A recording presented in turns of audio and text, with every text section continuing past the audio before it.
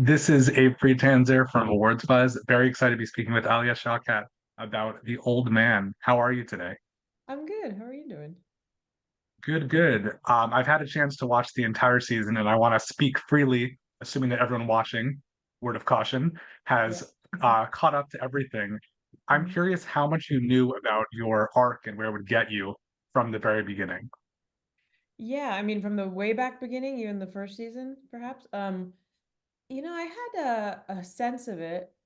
John Steinberg and Dan Schatz had kind of, slightly teased that my character would somewhat, take over, in lack of better words. So, like, eventually, that she would kind of fill the role of what her father had left behind, fill that chasm in a way. I didn't know exactly how that was going to happen, and then especially from the first season to the second, we had lots of production roadblocks that slowed us down. So I think the story had to kind of change as we had more time after the writer's strike and all these things. So eventually, Parwana Hamzad showed her face, but it took a while to get there. I also know it's important that if you don't see a character die on screen, you don't actually assume that they have died. But that's still Yeah. knowing that she was probably still alive didn't prepare me for that last, sort of very unexpected little twist at the end, which is exciting and a new Yeah, direction for the show, I think. totally. What do you call her? Is she Emily? Is she Angela? I feel like I never know like what her true identity, or I guess now it's Parwana, right? Yeah, I think I mean it's a good question. Even on the call sheets, sometimes they would have all three characters' names written. Um yeah, I think she's definitely Parwana now. I think in a way Parwana represents her truth that she had to go through a lot to find. But that the Angela and the Emily are these old identities of hers that were not living her true self. So I think now, even through the pain that she had to go through, she proudly wears Parvata as maybe she'll still respond to Angela or Emily, but I don't think she identifies with it anymore. It's so interesting, especially in the first season. So many of the expository scenes we see are just over the phone and just, conversation. And the way they edit it together is very smart. But what is it like establishing relationships with your co-stars when you're not in the same room as them? Well, I remember that phone call, especially in the first season, the one with Dan Chase in the car, where he's kind of saying goodbye to me for what he thinks is forever to keep me safe. We did that phone call so many times. And the way we shot it too was not just, normally that the actor on camera will shoot a scene and then the person on the phone will do it a different way. We'll record it in a booth months later, but which we did do to get it fine tuned. But I was in a sound booth on stage while Jeff was doing the scene, so we were acting in real time because it's an intense scene. So it's important to have both the actors there, But that was my first. I mean, I didn't even really act with Jeff until the second season. I mean, on the phone call we were acting together, but not like face to face. So it was an interesting way to get to know each other, and also I think uh, build the true dynamic between Emily and Dan, which is their relationship has been on the phone for the last how many years, most of her adult life. So it kind of built that even between me and Jeff, where we knew each other. We're both on the same show, we're both doing it, but we didn't really, yeah, get to see each other. And I think it created an honest chemistry once we were actually face to face. I'm not sure I can think of another situation where somebody has, these three fathers, and especially in this case, having these three really legendary actors to get to work with. What was your experience, with John and Navid? I mean, unbelievable. John, Naveed, and Jeff are just three brilliant actors, and without sounding cheesy, actually are quite paternal figures in my life. So I found it to be a beautiful practice every day to come in, and especially in the cave scene, working with three fathers in a cave, it was quite it was quite like dream work. It felt very metaphorical and quite magical. They're all such giving actors, and we're working with heavy material, but they're also very playful. So it was fun to, because I think when actors have been doing it, at least in my experience, and when they're that talented, they have a confidence, so they can play in lightness even in between takes, even when we're like pretending, it's so intense. There's laughter, and in between every take, John Lithgow would be like, I have a story to tell you. Wait till the next take, and he's just such a joy to work with. So I mean, it was truly the best. Like they're just such storytellers. They're not on their phones as much as some younger cast members I've worked with. So that's nice. They're very present. Um, and yeah, I mean, I feel very, very lucky that I got to share space with them for as long as I did. It's also, I think, quite a shift from, those phone scenes or just one-on-one to season two, where like you have a whole crew of, actors and extras just around you and all the gunfire and everything. What is that shift like? Yeah, I mean, it kind of feels like a different show in a sense, I mean, Angela Adams, the first season, it was much more like espionage. It was a lot of phone calls, a lot of hiding, a lot of yeah, me like alone on a swing set, and then now all of a sudden I'm like dressed and like thrown into this Afghan village, and um it was it's more fun working with people, that's for sure. But so in a way it was more fun, but it's also um it's a lot more work. The scenes take longer, the setups, the choreography, with the action and everything. So it was a little more tiring, the days and stuff, but I think it was worth it. I mean, it's very cinematic watching it all finish now.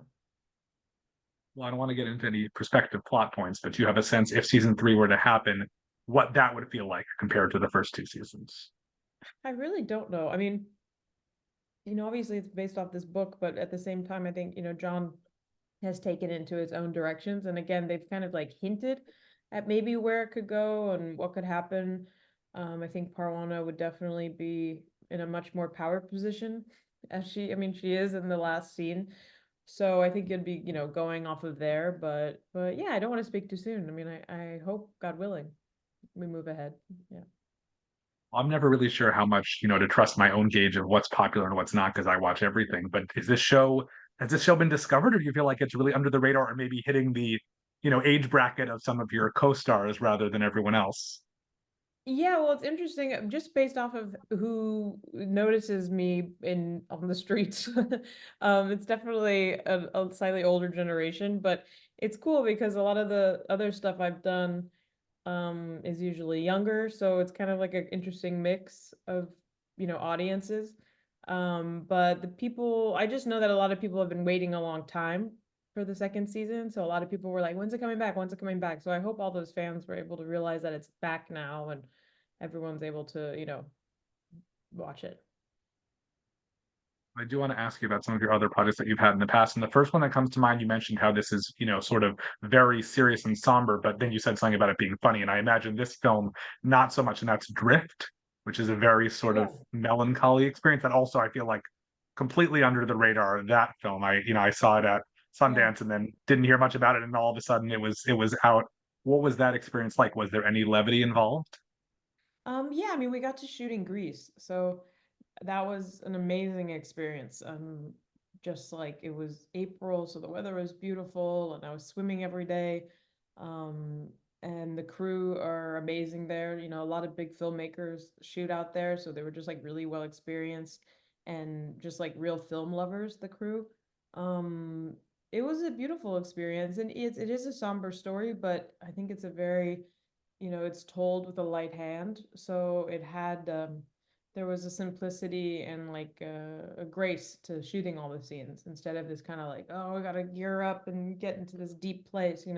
Um, Definitely more challenging for Cynthia. But at the same time, it was such a joy. I had the best time. I also think a lot about another festival two-hander, which again, remarkably different, which is Duck Butter, which I feel Yeah. like, that's certainly lighter, but also a little more intense in other ways. Yeah, totally. Yeah, I mean that's a passion project of mine because I co-wrote that with Miguel Arteta, who's one of my best friends, and yeah, I love that film. We actually just found out that it's still on Netflix and that like a lot of people are actually still watching it, which was really nice to hear because sometimes you make something and you're like, well, no one will ever see that movie ever again. But it looked like there was like actually quite a big audience still watching it, so that was cool. That's great. Well, I always think first about you in Search Party. I think that is such a unique show. I just spoke to John early about his special recently. Just saw Meredith in an upcoming episode of TV that I Yeah. probably can't talk about just yet last night. And so it's nice to. I just that's what show I feel like, especially even just every season is so remarkably different. What do Yeah. you think back most on with that show? I mean, I'm so proud of that show. I think about it all the time now because I think it's hilarious how in an insane amount, every show now is about a dead body being found and someone's gone missing and we gotta find her. But it's very serious, you know, and it's always somebody who's, you know, just like a new agent, and they're like, I'm gonna find this mystery, this young girl who's gone missing. And I just think the trope has almost gotten crazy. It's like every show I turn, I'm like, another body's found. And I just think Search Party was so prescient in the sense that it just like it knew that trope before it became too much and just made fun of it in the best way, and also just captured the intensity of that kind of generation. And I think it's just like a classic show that'll go down. I mean, I know I'm in it, but I still think it's just one of the best shows ever. And yeah, all the collaborators, I miss everybody so much. We had the best time, and I think we were making something without really knowing just how on the pulse it was, you know. And I think it was a little before its time as well, because it, you know, like most things I'm in doesn't get the proper attention while it's out. But I still think it's such a classic show. And yeah, the creators of that, Charles and SV, are just so brilliant. And it's crazy to think we're 20 years now from the start of Arrested Development. How do you think that show would be different if it started today? And would it be different at all? Maybe not. I mean, honestly, not to sound jaded or bitter, but I don't think it would get made now. Sadly, because I think comedy is having a hard moment, especially in television spaces. Um, you know, it's like it's a comedy with a K. It's a big, outlandish, silly show, but brilliantly written and super smart. And I think sometimes people don't realize those two can go hand in hand. You know, it's like people say The Bear is a comedy, and I was like, I don't think so. I'm not saying it's a, you know, it's a great show, but I don't know if it's a comedy. But um, yeah, I mean, I think that show really set a tone, you know, along with, I see you have The Office behind you. I mean, these kinds of shows like set a tone of that generation, which now is, yeah, 20 years ago. Um, I think it still holds up, you know, and I think comedy will have its time again where people will start craving those kinds of shows. I mean, I think of that show Jury Duty, which is a very unique kind of style, but I thought that was like the last funny show I saw, you know. Um, but I mean, yeah, Arrested Development is just a classic forever, and people still watching it for the first time, which is really really cool because I think it created its own tone in a way. Well, before I let you go, what's the project I didn't ask you about that you wish people would dig into your, history and say, let's talk about that? Talk about that one. I don't know. You kind of hit a lot of winners. I'm trying to think. What's something? Um, yeah, I don't know. I mean, yeah, I don't know. I think that was pretty good. I'm like, forget everything that I was in. Oh, you have a lot of big range. So, and hopefully we'll get to talk about season 3 of The Old Man soon. Thank you so Yeah, much for your definitely. time. Yes, thank you.